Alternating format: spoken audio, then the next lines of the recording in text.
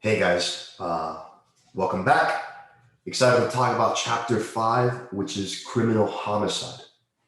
Now, homicide is one of these topics within criminal law that's very tricky to cover because the reality is that there's a lot of different definitions as to what homicide is and also terms that are related to homicide, which are murder and manslaughter.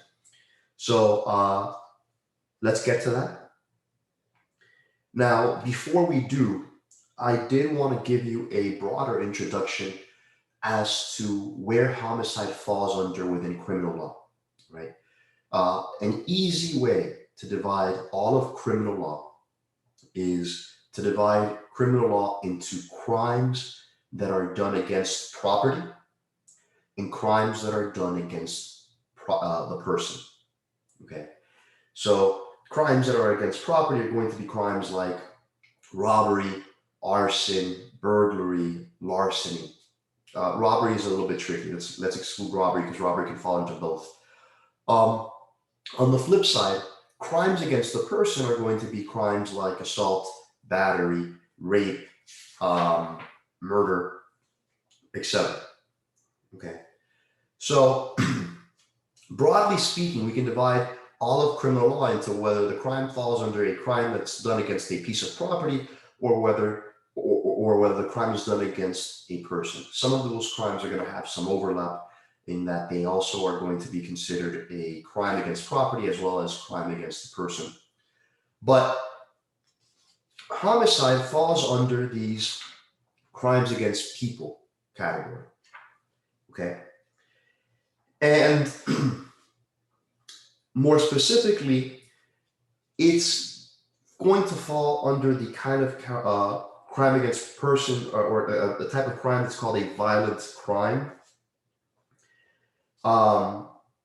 Obviously, it's going to be the most serious violent crime.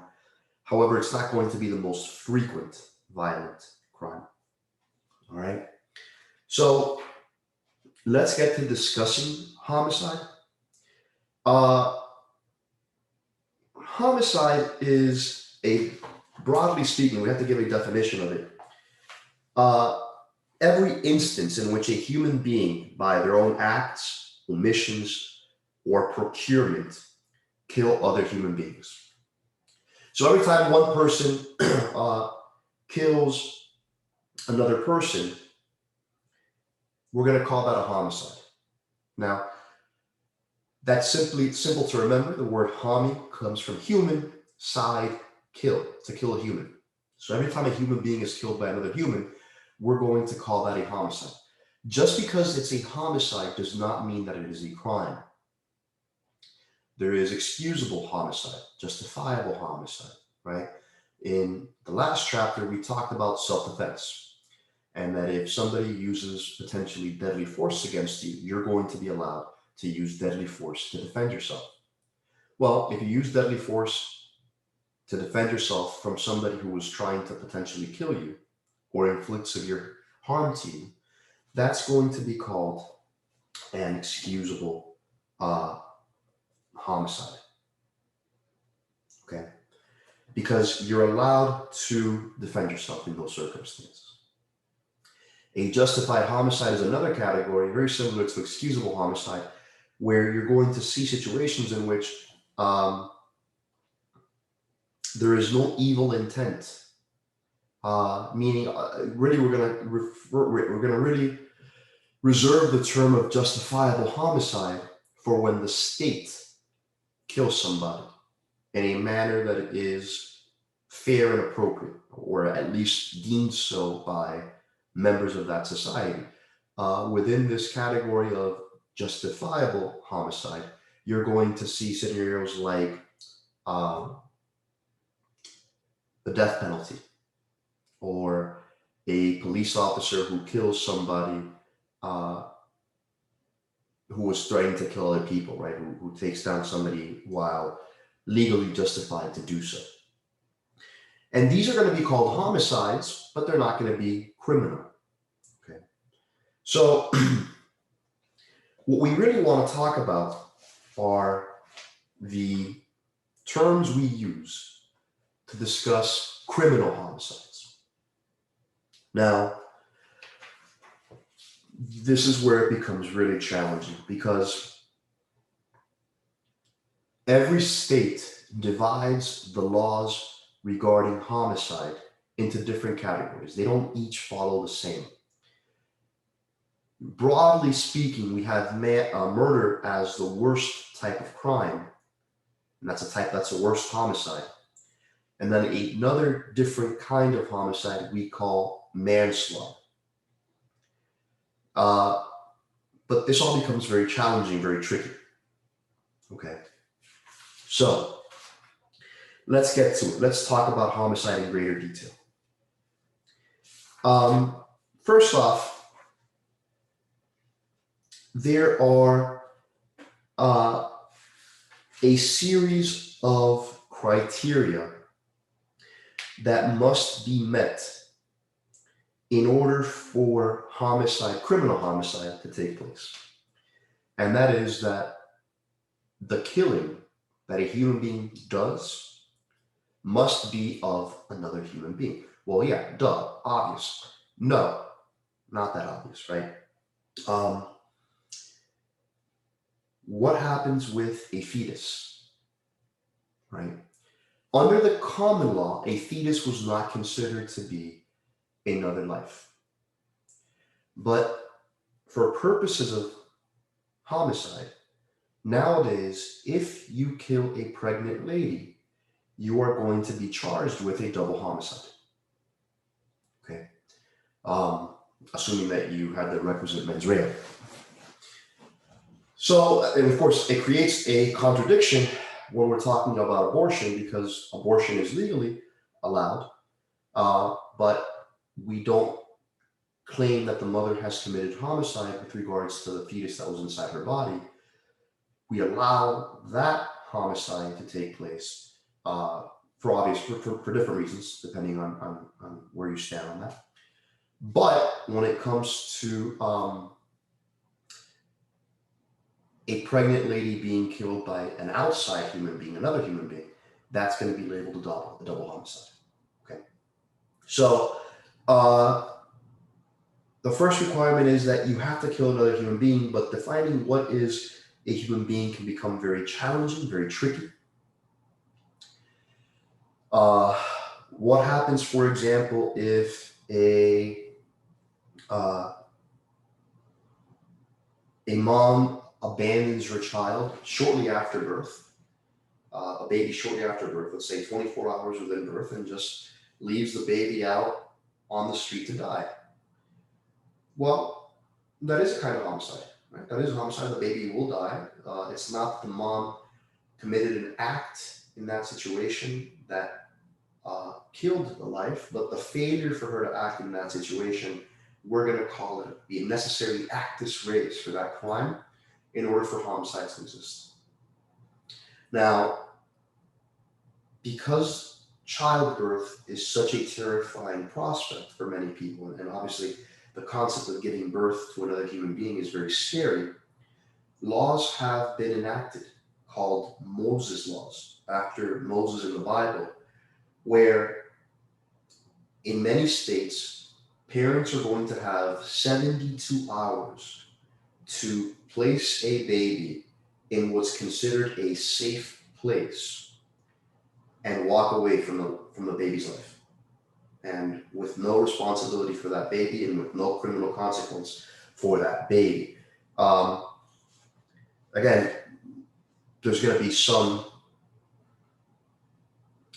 debate as to what actually comprises a safe place, but the idea being that if the parents are able to leave the kid in a safe place after that, whatever happens to that baby, whether the baby lives, the baby dies, will not be criminally responsible. They will not be criminally responsible for that. And these are called Moses laws, after Moses, who was placed in a basket and shortly after birth to avoid being killed by the Egyptians who were hunting down all the Hebrews.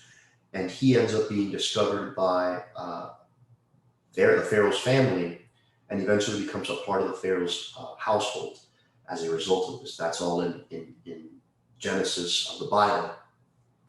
That's why these laws are called baby Moses laws. I'm sorry, I've been referring to them as Moses laws. Baby Moses laws. Baby Moses laws.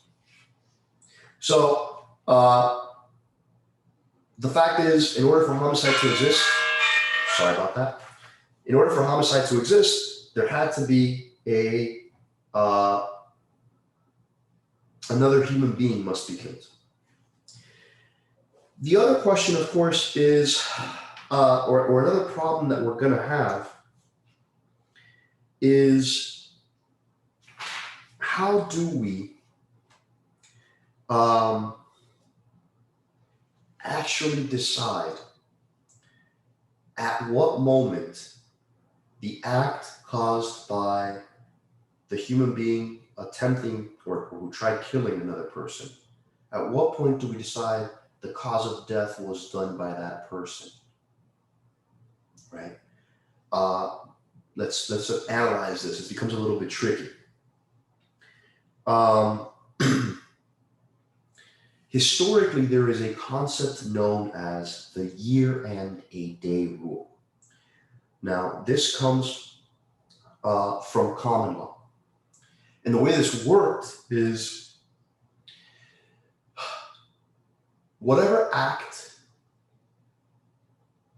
is being blamed for causing the death of another human being must cause the death of that human being within a year and a day, right?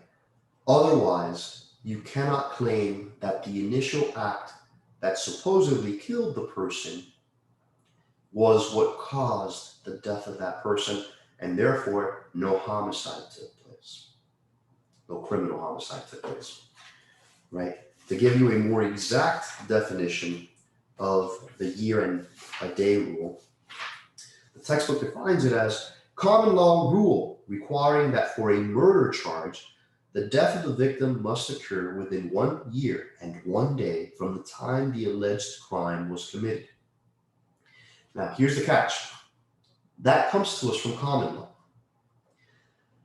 No longer is that necessarily found in every state. Some states have abandoned that year and a day rule, that specific time limit, right? It had to be 365 days plus 1, or a year plus 1. Some jurisdictions, or many jurisdictions, have abandoned this rule, but they still have some time restriction in many places, right? In California, for example, instead of it being a year and a day rule, they have a 3-year rule that if the person doesn't die within 3 years from the incident that's being claimed to have killed the person, no longer can anybody blame the death on the initial incident that's being claimed to have killed the person. So the causation issue, right? Remember going back to when we first started talking about criminal law, and we talked about how there has to be an actus reus, there has to be all attendant circumstances must be met, there has to be a mens rea, and there has to be causation, and there has to be a concurrence between the actus reus and the mens rea, which means the mens rea had to have been present at the time the actus reus took place. Well, the causation requirement is tricky for homicide because you have to prove that the criminal act was what caused the death of the person.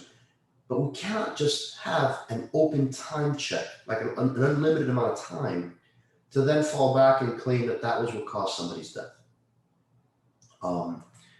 If somebody punches me in the face very strongly and it causes my nose to start bleeding up, and then I get to the hospital and they're trying to, I don't know, maybe give me stitches, and they give me the procedure in a wrong manner, and I die from complications of the hospital giving me those stitches in an inappropriate manner. Weird example. Was the cause of death somebody punched me in the nose once, or was the cause of death the hospital's negligent administration of medical procedures? Should that person that punched me in the face be blamed for my death? And so that's what makes, or that's another issue that comes up with trying to figure out how we talk about homicides. Multiple causations. a lot of times there could be multiple causes for what caused the death.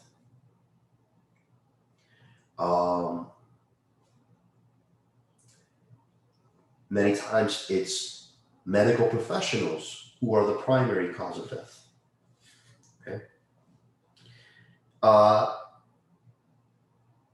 The way the law defines it is if the person who is being charged with homicide,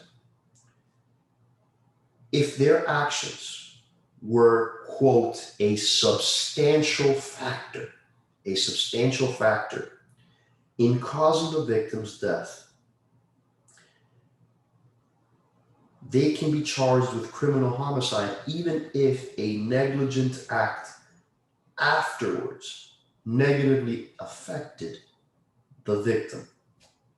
Meaning that if the physical act that was imparted on me, that was done to me, was a substantial factor in my death, the person who caused me or who affected me so can be charged with criminal homicide even if somebody came afterwards and negligently made the matter or complicated the matter even worse.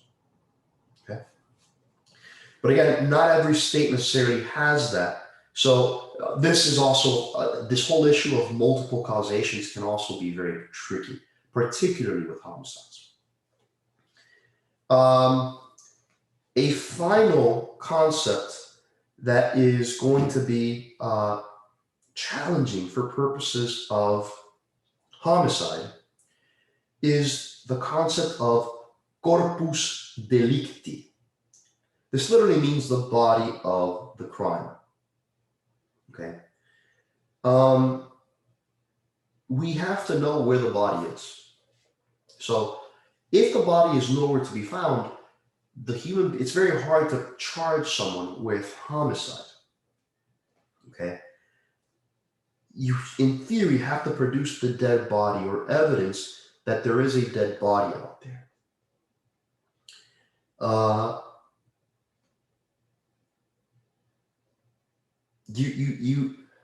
You know, this gets a lot trickier. For example, what happens if you throw the body overboard into the seas? Obviously, there is no body because it's sharks ate it alive, probably, or it's in the middle of the ocean. But for the most part, there is a requirement that's going to be necessary, which is that the state has to prove the body's out there somewhere, or they know where the body is, or that they can produce the body, or that the body is in ashes because it was burnt, whatever. But they have to be able to claim for the body. Otherwise, we don't know if the person just disappeared. All right. So the dead body must be present for the most part, in most cases. Now, the textbook defines murder and manslaughter into two main categories, and that's how most laws do it. All right. Murder is defined as, I don't want to go like that.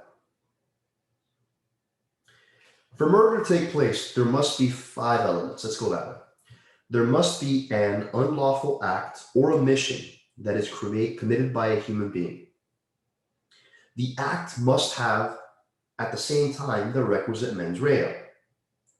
The act must be the legal cause of the victim's death, causation. The victim must be a living human being. We've talked about how in many places that living human being is also now included, a fetus is also included in that definition. And the death must occur within a reasonable period from when the act took place. Okay. Now, typically, I define murders into 3 categories, although you're not going to find this exactly the same, but this way anywhere. First degree murder, planned and intentional killing of another person. Second degree murder, intentional killing of another person. Third degree murder, many times not called third degree murder, but it's called manslaughter, the reckless killing of another person. Notice The actus reus is always going to be the same. It's going to always be killing. What's going to change between those is the mens rea, the mental state. All right.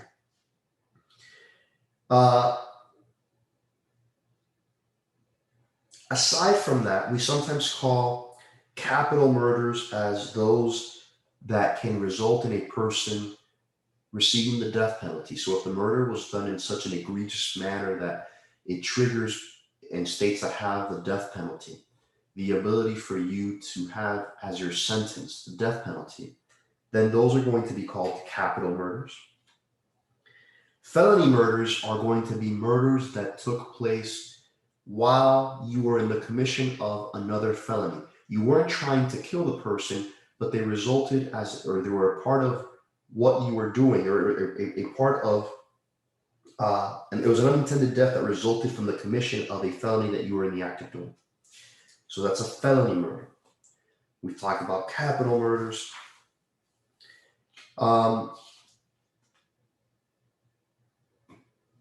We also have voluntary manslaughter. Voluntary manslaughter, the textbook defines it as the heat of passion homicide.